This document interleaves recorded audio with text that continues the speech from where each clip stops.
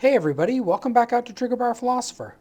Today we have another exciting episode in our series where we're looking at the Micro Dagger C1. It has the integrated compensated barrel, and we're going to be comparing it to the P365. That's just the regular version P365 that doesn't have an integrated comp, and we'll see how these two compare. Let's get to shooting.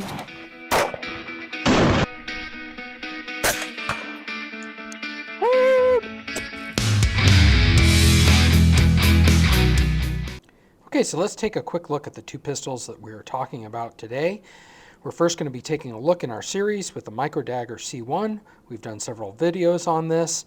As you can tell, it is empty, and this slide does have the compensated cutouts for it. So it has a 3.41 inch barrel, not as long as a normal Glock 48. And then on the P365, we do have on it a Wilson Combat Grip module which does add a fair amount of recoil control to it.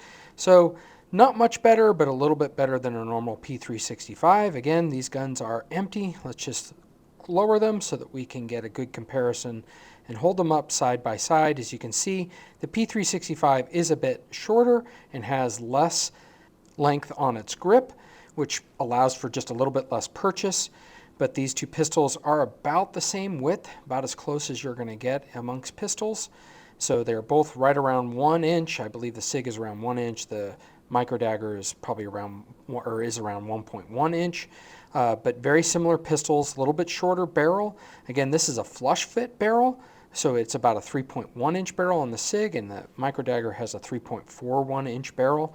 Again, it's more of a Glock 48 size, but in this configuration, Glock 43X. The Sig has the tritium night sights. The C1 has the Siley optic that I've added on top, but has regular metal sights on it that came from the factory. Again, these are very comparable, but you can see quite a bit of difference in terms of what grip you have on these two pistols. And also in terms of capacity, the P365 comes standard with 10 rounds. You can add mag guts and maybe get an 11 or 12 rounds, but the Dagger Micro comes with a standard capacity of 15 rounds. So that's pretty awesome for that pistol. Now, to date in our series, we've done several comparisons already, comparing the C1 or the Dagger Micro and a bunch of SIGs. We've compared the XL, the X Macro, and now we're going back with a regular P365. I think it's important to look at that not because these two guns are really that close in terms of size, but you can really start to tell the difference in the muzzle flip with this integrated compensated slide versus something that will be much shorter. Now, the much shorter P365 I like for its concealability, but the Micro Dagger isn't far behind it. Okay, so let's get to shooting. Okay, so we had to do a quick change of venue. We had some problems with the Dagger Micro. Those are my fault. I'm in the process of swapping out a trigger. I did some other things with the gun that I had to reverse out. And so now we're back. We're ready to do the comparison of the P365 and the Dagger Micro. So first up, we're going to get going with the Dagger Micro. Let's get to shooting. Okay, let's put a few rounds down range. See how this one shoots and feels.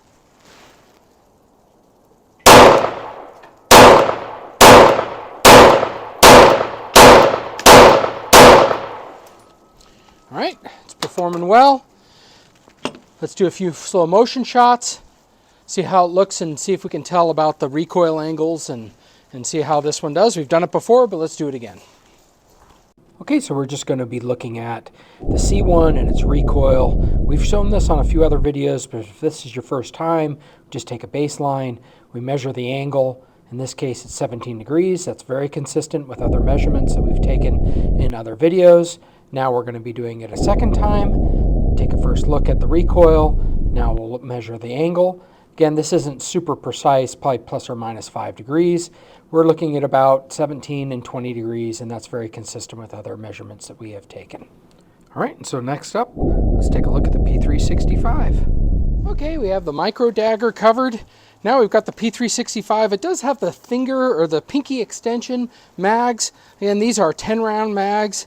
And yeah, let's just shoot it, see how it feels, see if we can tell the difference when we're doing it in regular speed, and then we'll slow things down a bit again.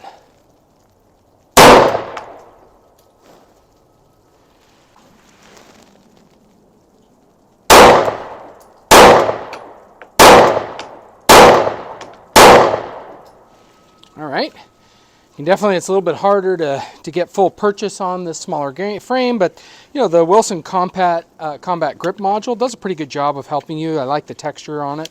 But yeah, let's slow things down again and see what type of grip recoil angles we get with this regular P365.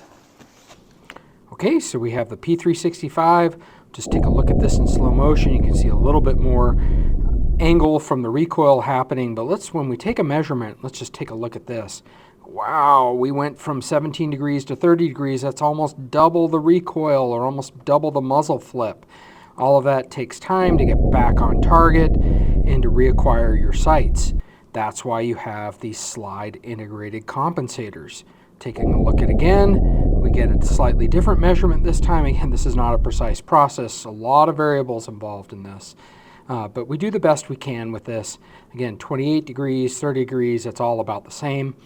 So yeah, very impressive. Somewhere between a third to 50% better, an improvement in between the Sig and the C1. Okay, well, I think that was pretty obvious. You can tell that the Micro Dagger C1 with the integrated comp and the slide does seem to make a difference. Also, the bigger gun makes a difference. I really like the P365, and many people prefer it over bigger guns because you can pocket carry it, or it really conceals well when you're carrying it inside the waistband.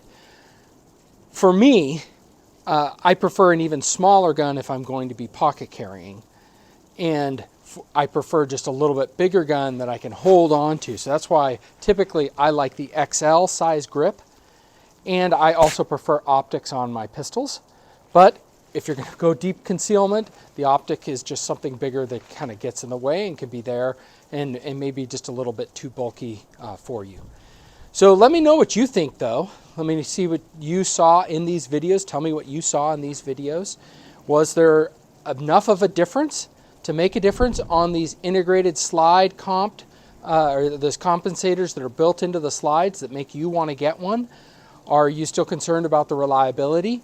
Again, the problems that I mentioned earlier in the video have nothing to do with the Dagger Micro, have everything to do with trigger bar starting to do some things, and I'll do a future video on that.